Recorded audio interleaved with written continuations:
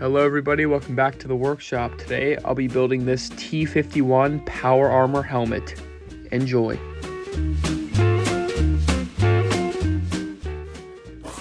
So I'm using this old box right here, and this cardboard is very, very soft. So I chose to bend it against the corrugation for now.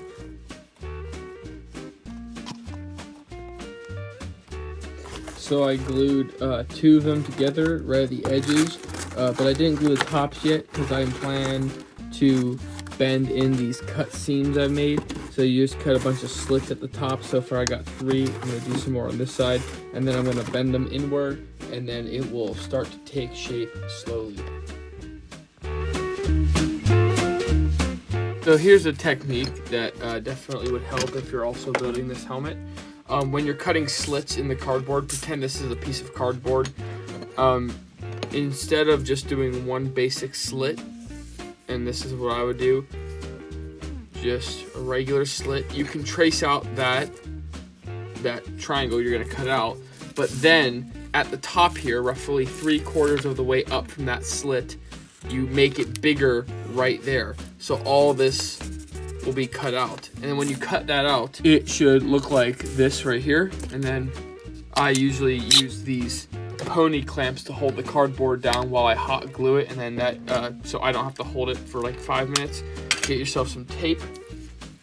You can also use duct tape on your cardboard, but when you glue the seams together, you'll have a curve like that.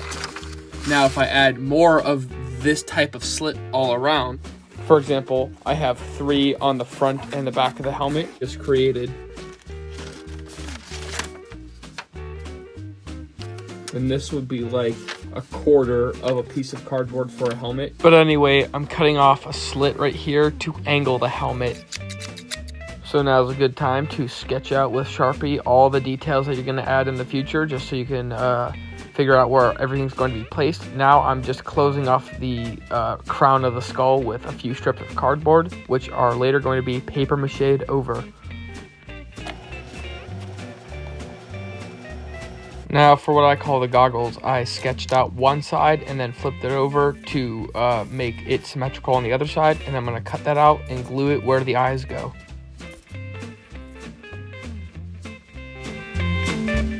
Now for the piece that goes on the mouth, I have a piece of cardboard folded over, cut that at an angle, and that will be the base of that piece.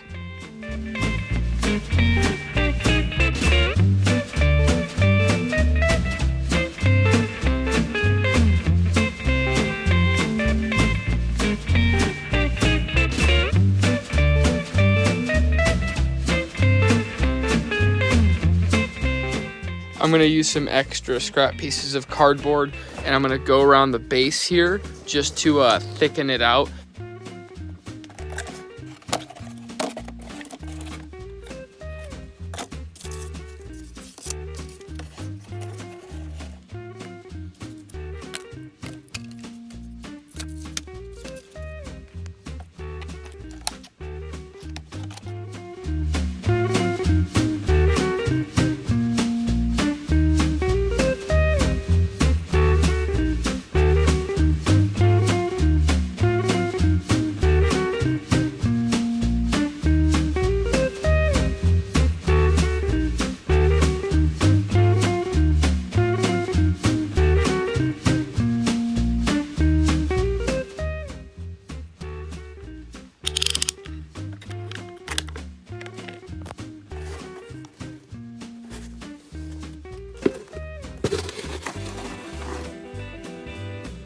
So I was going to add this rim regardless, but I also kind of changed the shape to match the visor a little bit more accurately, but that will finish off that detail. Yeah, that's way better.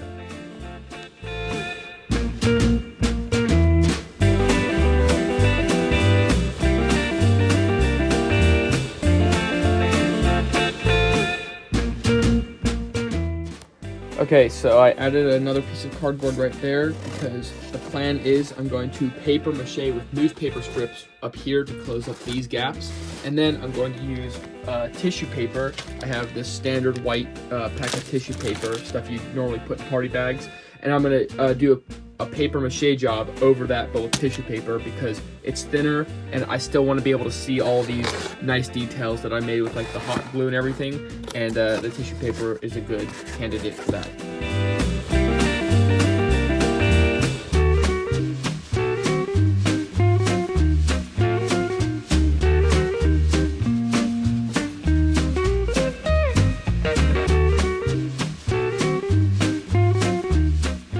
An FYI, you guys are witnessing me discovering this technique for the first time, and it has turned out to be a good idea, but I figured out that you should paint on a little bit of water and Mod Podge mixture first, then apply your piece of tissue paper, and then after the tissue paper is smoothly and carefully applied, you put more Mod Podge over it. And yes, I chose to use Mod Podge because it's a latexy kind of glue.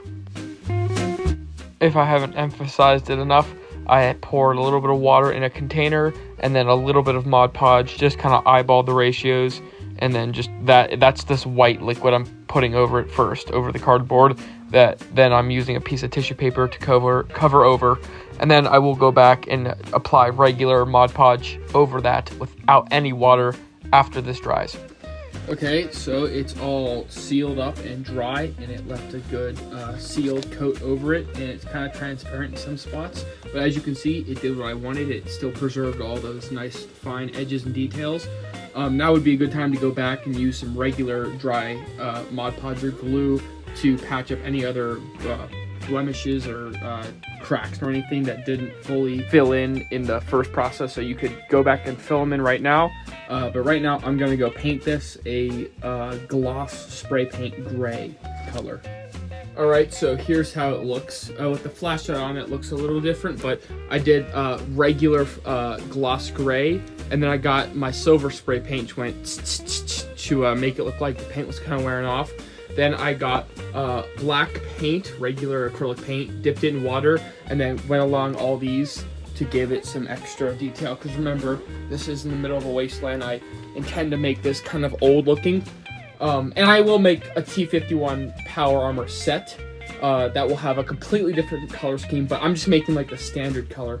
So my desk is also a huge mess right now because I'm making all the accessories, like the headlight, the sight that goes on the eye, and I'm just going to assemble all those and then add them.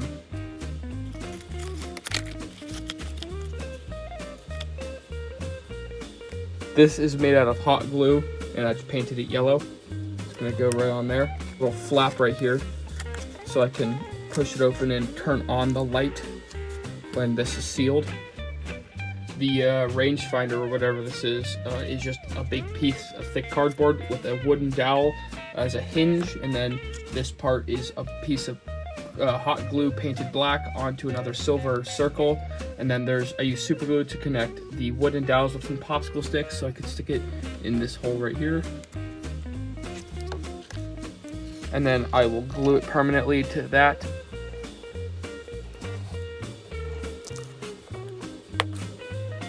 So now I'm going to use this hose, this black hose I got from Lowe's. You've typically found this in the plumbing section. And now I'm going to cut it to length and glue it in this hole and go all the way around the back. And then in the back I'll have this piece of painted silver cardboard to hold it in place in the back, just like I did on the T-45 helmet over there. And then I have this other plastic tubing that's even thinner that will go in these holes, and then I'll have to figure out how to attach them to the bigger pipe.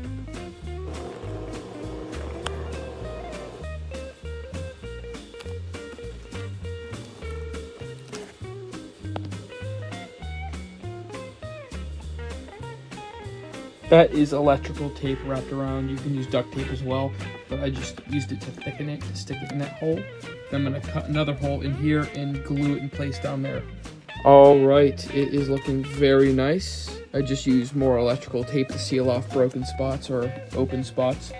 I might need to hit it with some more black paint because some of it just dried up and faded away. And there is a little stopper right there, like my last T-45 helmet. And then it's just relying on friction right now to stay up. I might have to use magnets later on, but for now, this will do. Friction is fine for now. And I can turn this light on just like that. Now what I'm going to do is put some tint on the goggles right here so it's black and you can still see through it. This is just regular black paint. I got a roll of it on Amazon. I'm just gonna hot glue it right behind there onto the cardboard directly. Now, the last thing I'm going to do is add some scrap pieces of EVA foam using contact cement because it binds to foam surfaces better than hot glue or any type of glue that I know of. And I'm going to put that on the inside of the helmet for a more comfortable fit. There's already one at the crown of the head, and then this build will be complete. Of course, with the addition of these small little pieces that go right here, I made out of that polyethylene tubing, just covered it in some wide hockey tape, and that's going to go right there on each side. Now it is complete.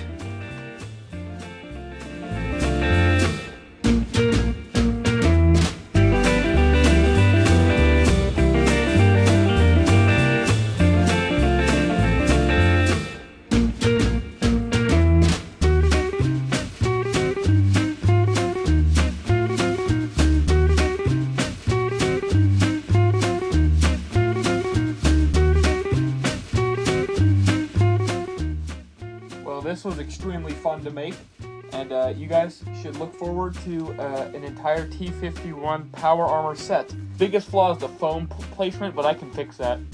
But it's like right up against my nose, that's why, but it's sturdy. Well, thank you guys so much for watching this video. If you like these builds that I do, like and subscribe for more videos.